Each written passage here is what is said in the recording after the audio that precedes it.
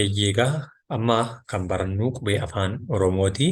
Innis immoo qubeewwan gurguddaa afaan Oromoo waliigala isaaniiti. Waliigala isaanii gaafa jennu qubeen afaan Oromoon qabu 32dha. Lakkooftanis bukkee ga'uu kan danda'amu jechuudha. Qubee gurguddaa afaan Oromoo jennaani. Qubeen xixiqqaa isaanis akkasuma 32 jechuudha. Walumatti qubeen nuti qabnu qubee 32. Isaan keessaa immoo 5 qubee dubbachiiftuu jedhamu. Qubeen 5 qubee dubbachiiftuu jedhamu. Isaan tokko tokko isaanii kan ilaallu ta'a jechuudha.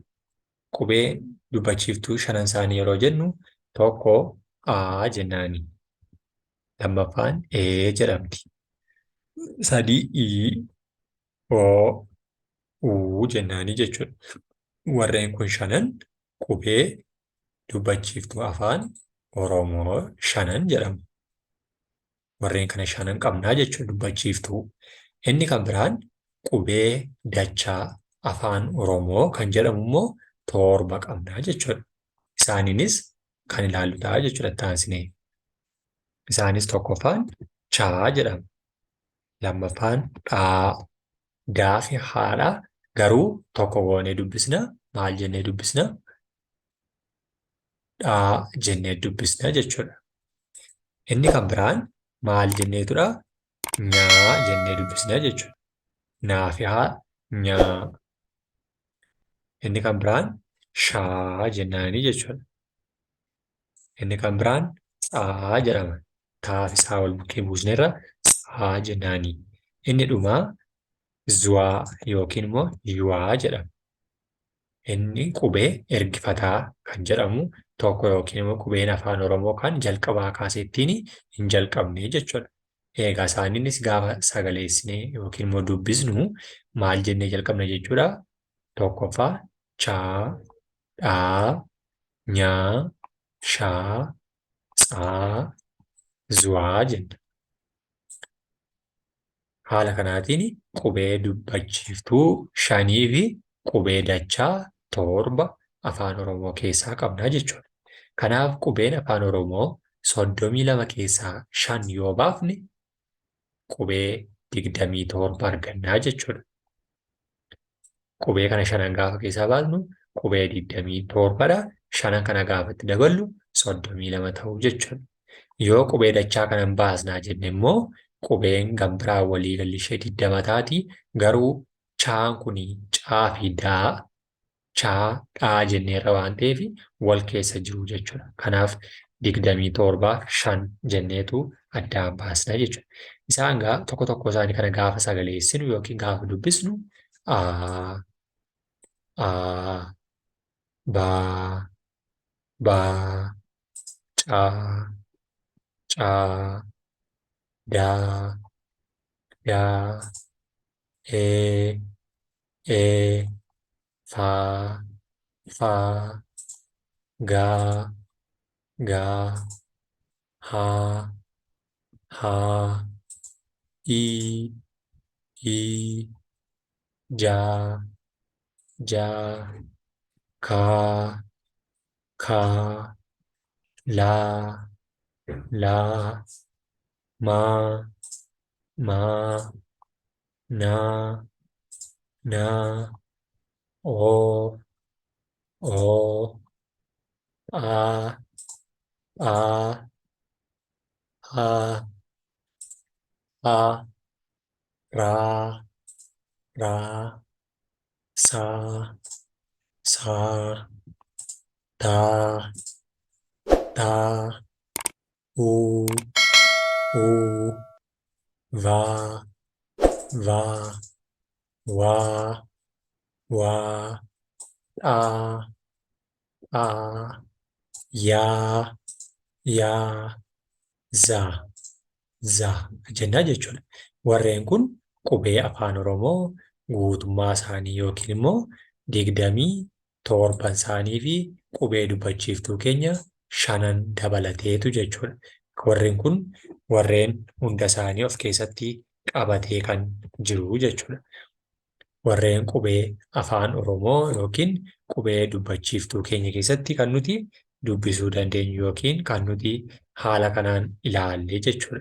Kanaaf qubee afaan Oromoo egaa qubee 32 of keessatti haammatee jiru jenneetu ilaaluu dandeenya jechuudha. Addana kanatti phaa kan jettu hambiftee irraa dogoggoramee ture. Ishee kan torbaffaan haa yookiin immoo yu'aa keessatti kan addana kana galtu turte garuu booddeerraa galchee jira waan ta'eef rakkoo hin qabu bakka ishee hin dagatiin malee. Kanaafi qubeen afaan Oromoo akkaataa kanatti dubbifamaa jechuudha. Isaanis egaa qubee xixiqqaa isaanii bira galchinee immoo haa ilaallu immoo addana kanatti haa xiqqaadha jechuudha. Haa xiqqaa kunoo haa xiqqaan keenya kana fakkaatti. Addana kanatti baa xiqqaan keenya kana fakkaatti. Caa xiqqaa hammantaa isheetu gadi bu'aa malee caan caama fakkaatti. Daan keenya immoo galagaltoo baa fakkaatti. Paa gaa haa dii jaa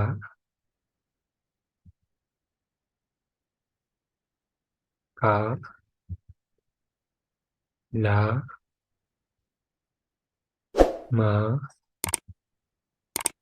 naa oo oonillee hammantaa isheetu gadi xiqqaata malee oo fakkaatti. Phaan keenya illee akkasuma hammantaa isaa yookiin guddinuma wal caalu. Phaan keenya immoo faallaadha. Raa saa taa uu vaa waa qaa yaa zaa jenna jechuudha. Inni xumuraa keenya zaadha. Haala kanaatiin maal barreessina jechuudha. Qubee afaan Oromoo qubee gurguddaa fi qubee xixiqqaa jenneetu barreessina jechuudha. Inni kan biraan egaa qubee dachaa kanaa yookiin immoo qubee cimdii warra ta'an kana tokko tokko isaaniif gaafa himatti ijaarree barreessinu yookiin laachuu dandeenyu jalqabarraa kan kaanu yookiin immoo haala nuti ittiin ibsuu dandeenyu keessatti tokkoffaa chaalii yookiin caaltuu yoo jenne akkaataa kanatti chaadhaan barreessuu dandeenya jechuudha. Dhaadhaan kan barreessuu dandeenyu immoo dhadhaa. Nyaata. Shaashii.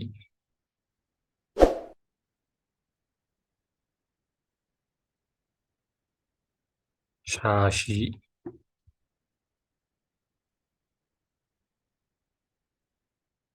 Tsaggaa.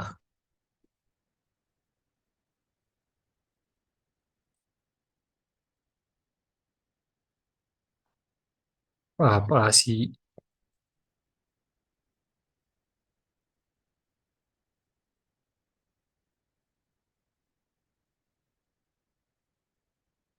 Warreen kanadhaa jechuudha. Meeqadhaa? Warreen kun ja'a jechuudha. Warreen kana ja'aan ibsuu hin dandeenya jechuudha. Tokko garuu qubeen jalqaba ittiin jalqabu kun hin jiru jechuudha gammaatti. Sababni isaa yu'aa kan jedhu sanaa yookiin zu'aa kan jennuuni karaa biraatiin ibsuu kan nuti dandeenyu yoo ta'e malee karaa kanaan ibsuu hin dandeenyu jechuudha. Garuu kallattii biraatiin kan nuti keessa galchinee ittiin dhimma baanu ni jira jechuudha. Warreen kun egaa akkaataa itti qubee dachaa keenya yookiin immoo qubee cimdii warreen jennu sana ittiin ibsuu dandeenya jechuudha. Caaltuu, caaltii, dhadhaa, nyaata, shaashii, tsaggaa, phaaphaasii warreen jedhaman kun haala kanaatiin